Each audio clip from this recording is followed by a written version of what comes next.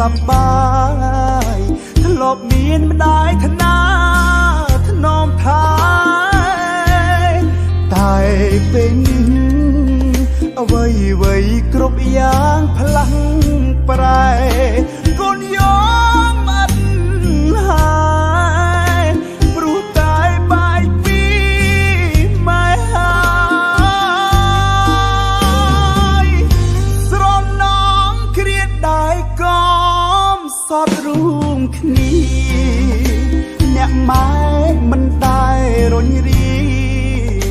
ព្រោះតែចង់ឲ្យកូនសុខរឿងលំបាកគ្រប់យ៉ាងម៉ែតែលាក់ទុក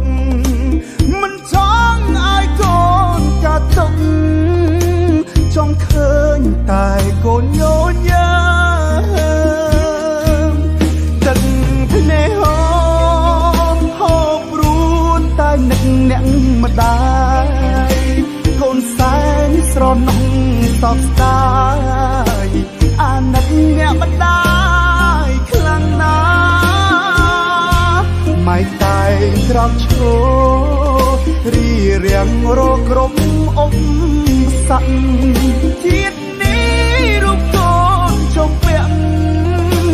កូនអ្នកម្ដាយច្រើនពេកហើយបើសិនវេលាអាចនឹងត្រឡប់អូននឹងអបម៉ែឲ្យជោគមិនឲ្យរបត់ពីដៃតែពេលនេះគ្រប់យ៉ាងបានត្រឹមស្រមៃព្រោះតែ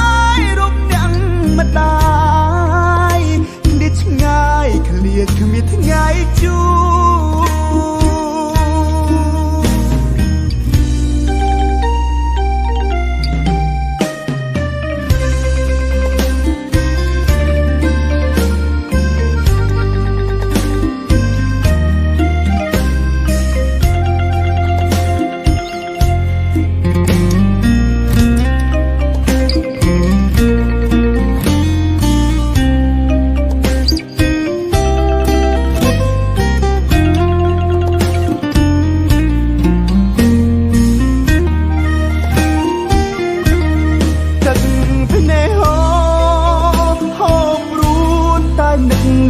ម្ដាយ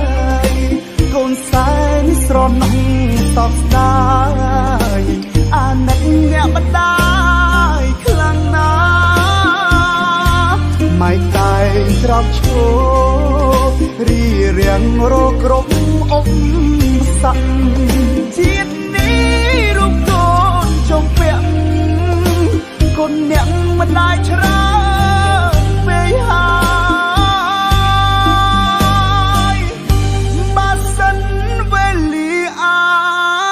នឹងត្រឡប់កូននឹងអបម៉ែឲ្យជោគមិនឲ្យរបត់ពីដៃ